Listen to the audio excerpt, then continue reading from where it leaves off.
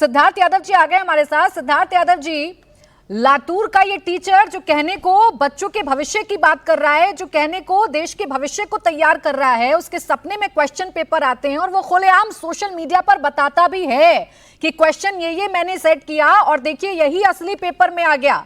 क्या ये है आपका एजुकेशन मॉडल जिसमें इतनी सारी लीकेज है?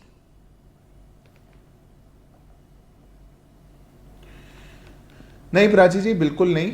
देश का एजुकेशन मॉडल देश के छात्रों के भविष्य की चिंता करने वाला मॉडल है।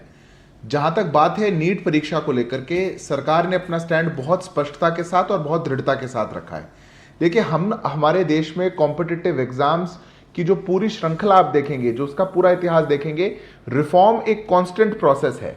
जब एनटीए को बनाया गया था और एनटीए जैसी बॉडी लाई गई थी, सुप्रीम कोर्ट के किस आदेश के बाद लाई गई थी, उससे पहले पेपर लीक की क्या समस्याएं हुआ करती थी, नकल की क्या समस्या हुआ करती थी, एक समय में नकल गिरोह कितने बड़े हुआ करते थे, और उसके बाद ही सुप्रीम कोर्ट की रूलिंग के बाद एनटीए का गठन किया गया और देश भर में रिफॉर्म्स के लिए लाया गया। अब उस सिस्टम में भी कई जगह पे लीकेज है, सरकार उसको दूर करने का लगातार प्रयास कर रही है। अब पिछले वर्ष के बाद जब हमने इस पूरी प्रक्रिया को देखा, हमने राधाकृष्णन जी की अध्यक्षता में कमेटी को बनाया और हमारे पूर्व इसरो के चीफ थे, उस कमेटी ने गहन अध्ययन किया पूरी प्रोसेस का, क्योंकि इसमें बहुत स्टेप्स इन्वॉल्व हैं और बहुत जगह पर लीकेज हो सकती है। उन लीकेजेस का पूरा अध्ययन किया गया और जो राधाकृष्णन जी की कमेटी की रिपोर्ट आई, हमने उसको शब्दशः अक्षरशः पालन करने का काम किया। उसके बावजूद ये लीकेज हुई, इसकी घटना हुई। अब सरकार के सामने जब ऐसी घटना हो तो प्राची जी, दो हमारे पास उपाय हैं। या तो इसको इग्नोर कर दिया जाए, कोई मेरिटोरियस छात्र को पीछे छोड़ दिया जाए, पर सरकार का स्पष्ट मानना है we have a zero tolerance policy for paper leak. अगर हमको कहीं छोटी भी घटना मिलेगी, यादव जी, वो तो आपकी सरकार का दायित्व है। अगर आप जीरो टॉलरेंस पॉलिसी या जीरो टॉलरेंस नीति अपनाते हैं तो वो सरकार का दायित्व होता है। इग्नोरेंस सरकार का दायित्व नहीं है, और इग्नोरेंस करके आप बच्चों के भविष्य के साथ ही खिलवाड़ करेंगे, छात्रों के भविष्य के साथ ही खिलवाड़ करेंगे। आप क्या कर रहे हैं इस पर मैं बहस नहीं कर रही हूं। आपने क्या नहीं किया इस पर मैं बहस कर रही हूं ना।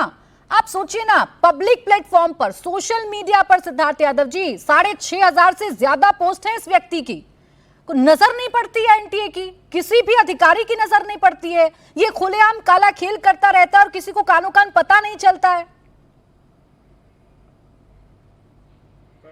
नहीं, देखिए प्राची जी, इसमें कोई दो राय नहीं है कि हर प्रकार का असेसमेंट का मॉडल भी एनटीए के पास होना चाहिए। मैं इसका दूसरा पक्ष पूछता हूं।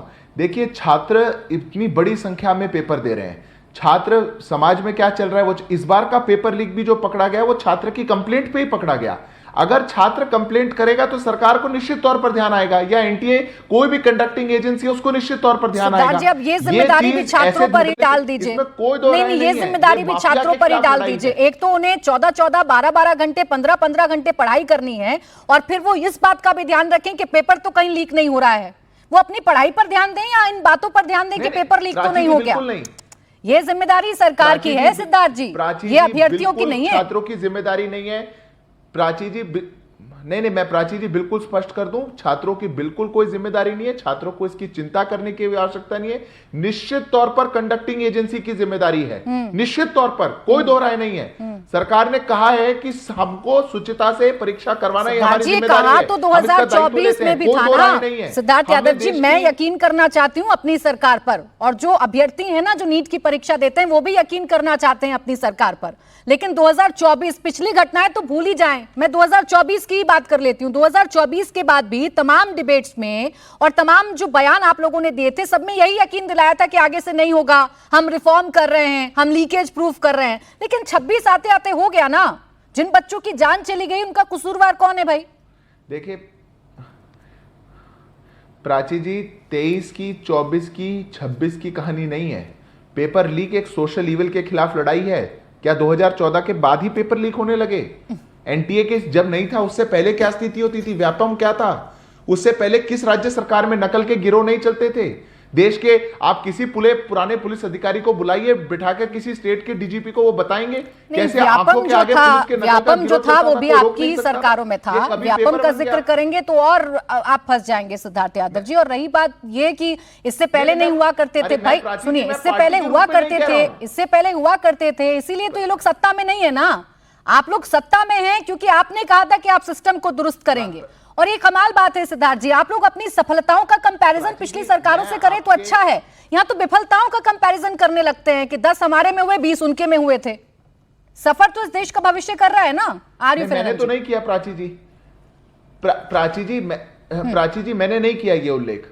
अगर ये उल्लेख मुझे करना होता तो मेरे पास राजस्थान की लिस्ट रखी है सामने, छत्तीसगढ़ की लिस्ट रखी है सामने, 2014 के पहले की लिस्ट रखी है सामने। मैंने नहीं किया आपके शो पर उल्लेख, और मैं पार्टी के नाते नहीं बोल रहा हूं, मैं क्रॉस पार्टी लाइन बोल रहा हूं। ये एक सोशल इविल के खिलाफ लड़ाई है। सरकार प्रतिबद्ध है इस लड़ाई को लड़ने के लिए। हम चाहते हैं कि अक्रॉस द बोर्ड आकर के इस लड़ाई को लड़ना है। हर साल सुधारों की आवश्यकता है, हम उन सुधारों को करेंगे, दायित्व भी हम ले रहे हैं, पर इस सोशल इविल को हम हराएंगे। सिद्धार्थ यादव जी, मैं फिर कह रही हूं ये सरकार कर रही है जैसा आप कह रहे हैं, लेकिन वो सिर्फ कर ही रही है, उसका ग्राउंड पर क्या असर हो रहा है, उसका ग्राउंड पर क्या असर हो रहा है ये नहीं समझ में आ रहा। जी एक सवाल सिद्धार्थ जी से पूछना चाहता हूं।